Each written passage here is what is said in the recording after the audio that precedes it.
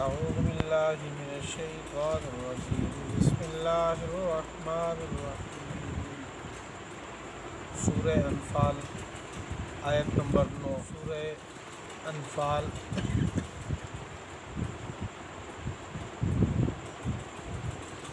غزوہ بدر کے متعلق آیات چل رہی ہیں۔ اس سے پیچھے ہم پڑھ چکے ہیں کہ وَإِذْ يَعِدُكُمُ اللَّهُ إِحْدَى الطَّائِفَتَيْنِ أَنَّهَا لَكُمْ، اللہ تعالیٰ نے مسلمانوں سے وعدہ کیا تھا کہ ابو سفیان کا جو قافلہ ملک شام سے مکہ کی طرف آ رہا تھا وہ، اور دوسری وہ فوج جو مکہ سے مدینے مقابلے کے لیے آ رہی تھی، ان دونوں میں سے جس پہ آپ ہاتھ رکھو گے وہ آپ کا ہے۔ مطلب اگر آپ نے فوجی اعتبار سے اس فوج سے مقابلہ کرنا اور لشکر سے، تو آپ کو غلبہ دے دوں گا، اور اگر آپ نے ابو سفیان والا قافلہ اس میں جو مال اسباب ہے وہ مال غنیمت کے طور پر چاہیے تو وہ آپ کا ہے۔ ان دونوں میں سے جس پہ آپ نے ہاتھ رکھنا ہے وہ آپ کو ملے گا۔ تو اللہ جل شانہ فرماتے ہیں کہ وَتَوَدُّونَ أَنَّ غَيْرَ ذَاتِ الشَّوْكَةِ، تمہاری یہ چاہت تھی کہ جس میں لڑائی نہ ہو، جس میں کوئی مشقت تکلیف زیادہ نہ ہو، وہ چیز آپ کے پاس آ جائے، جبکہ اللہ کا ارادہ یہ تھا اللہ حق کو بالکل واضح کر دے اور باطل کو پاش پاش کر دے۔ اس لیے اللہ تعالیٰ نے ان کا رخ موڑا تھا اس لشکر سے مقابلے کے لیے۔ یہ بے سر و سامانی کے عالم میں مدینہ سے نکلے تھے اور وہ بھرپور تیاری کے لیے نکلا تھا۔ آج کی جو آیات ہیں وہ بھی اسی کے متعلق ہے کہ غزوہ بدر میں جب مسلمانوں کو مشورہ ہوا کہ اس سے لڑنے کے، اس لشکر سے ہی لڑنا ہے، تو اس قافلے کو چھوڑ دیا اور بدر کے اس میدان کی طرف چل پڑے۔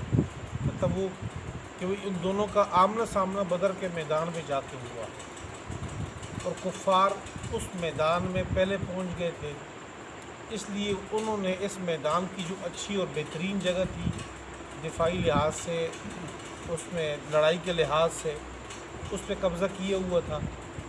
پانی بھی ان کی جانب موجود تھا، زمین بھی پکی تھی۔ مسلمان دوسری جانب میدان کے آئے تو ریتلی جگہ تھی، پانی بھی نہیں تھے یہاں پہ، تو جگہ کے لحاظ سے بھی مسلمان کمزور ہو گئے تھے۔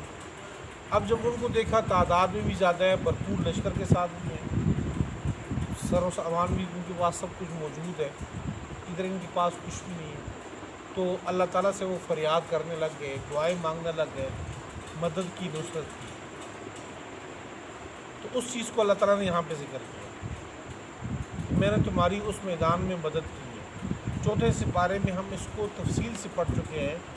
وہاں پر سورہ آل عمران میں اللہ جل شانہ نے فرمایا تھا وَلَقَدْ نَصَرَكُمُ اللَّهُ بِبَدْرٍ وَأَنْتُمْ أَذِلَّةٌ، جب تم کمزور تھے تو اللہ تعالیٰ نے بدر کے میدان میں تمہاری مدد کی تھی۔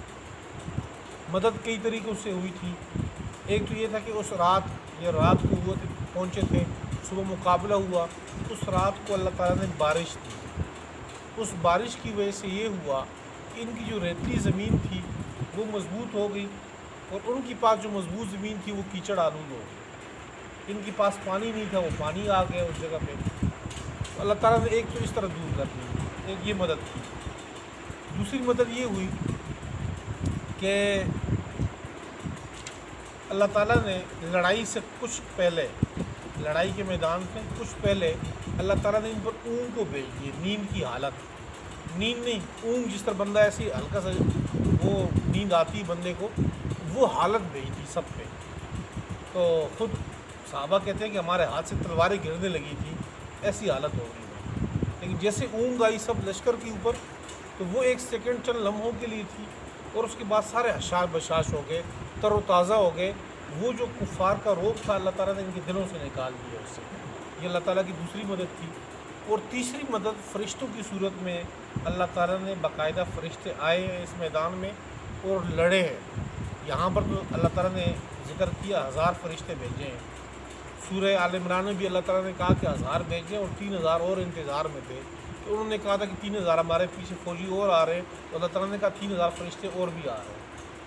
یہ بدر کا جو مقابلہ تھا یہ صرف انسانوں کے درمیان نہیں تھا، یہ حق اور باطل کی دو بڑی قوتوں کے درمیان تھا۔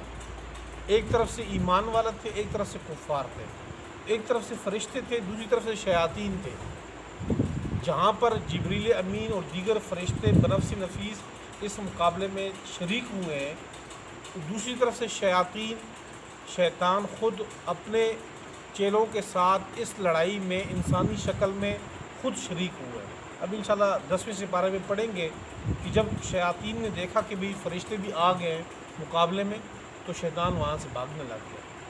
تو یہ حق اور باطل کا یہ مقابلہ تھا جو حق اور باطل کی قوتوں کے درمیان ہوا ہے، مضبوط طریقے سے ہوا ہے، اور اللہ تعالیٰ نے مسلمانوں کو وہ فتح دی ہے، مسلمانوں کو وہ رعب اور دبدبہ کافروں کے دل میں ڈال دیا کہ وہ پھر اس کو نکال نہیں سکے۔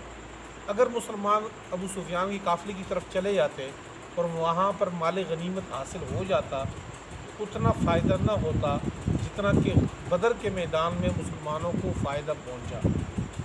کفار کے دل میں تھا کہ یہ وہی لوگ ہیں جو ہم سے چھپ کر مکہ سے نکلے اور مدینے میں جا کر انہوں نے پناہ لی ہے۔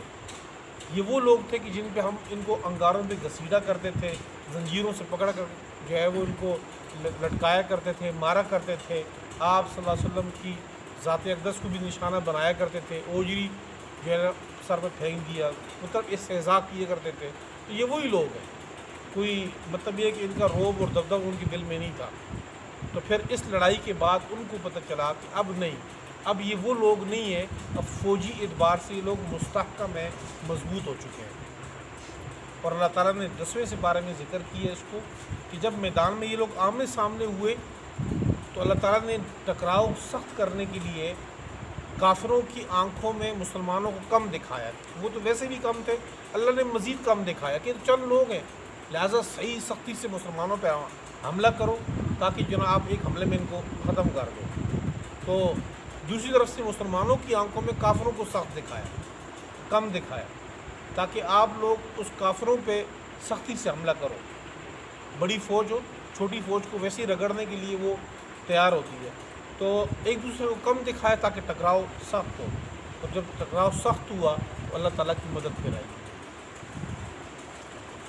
استستغیثون ربکم، جب تم فریاد کر رہے تھے اپنے رب سے، فاستجاب لکم، اللہ نے قبول کر دی تمہاری وہ دعا۔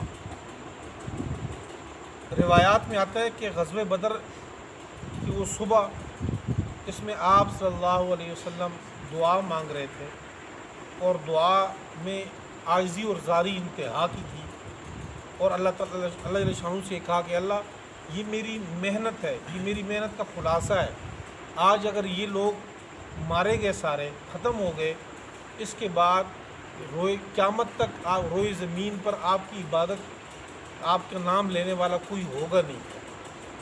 اور بار بار جب اللہ کے پیارے پیغمبر یہ اس طرح عاجزی کے ساتھ دعا مانگ رہے تھے، کندھے مبارک سے وہ کپڑا گھر جاتا تھا، چادر مبارک، تو صدیق رضی اللہ عنہ اس کو ٹھیک کر دیتے تھے۔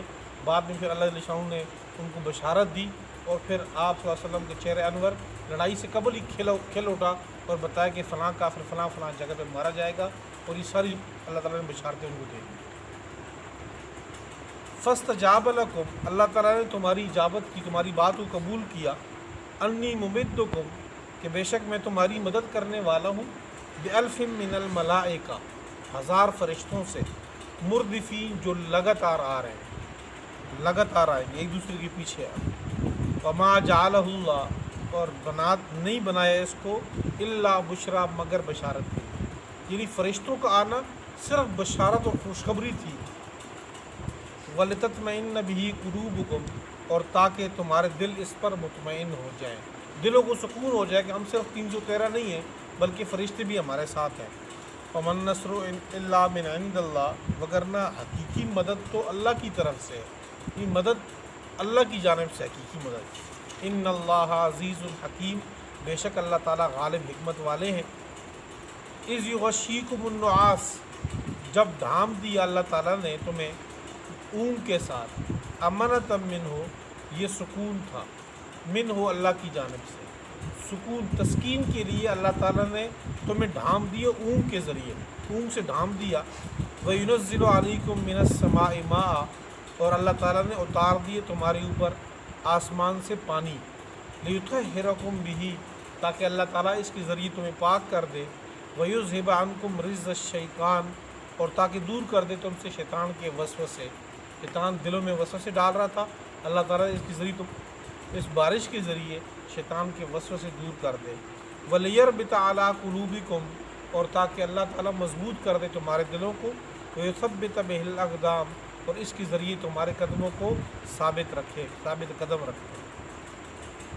اِذْ يُوحِي رَبُّكَ إِلَى الْمَلَائِكَةِ، جب حکم دیا تیرے رب نے فرشتوں کو، اَنِّي مَعَكُمْ، کہ بے شک میں تمہارے ساتھ ہوں، فَثَبِّتُوا الَّذِينَ آمَنُوا، بس تم ہمت بڑھاؤ ان لوگوں کی جنہوں نے ایمان لایا، ایمان والوں کی تم نے ہمت بڑھانی ہے۔